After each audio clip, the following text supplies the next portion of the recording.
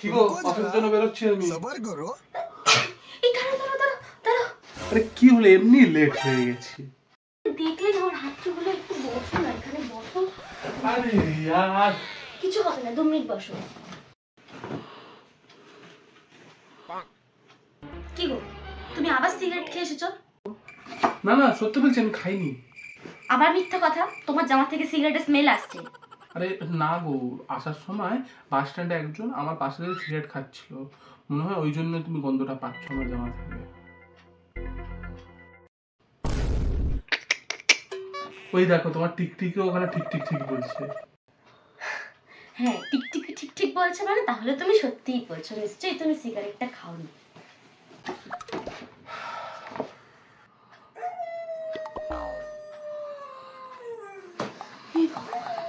কেমন করে কুকুরটা কান্না করছে, নিশ্চয়ই কোনো অঘটন হবে।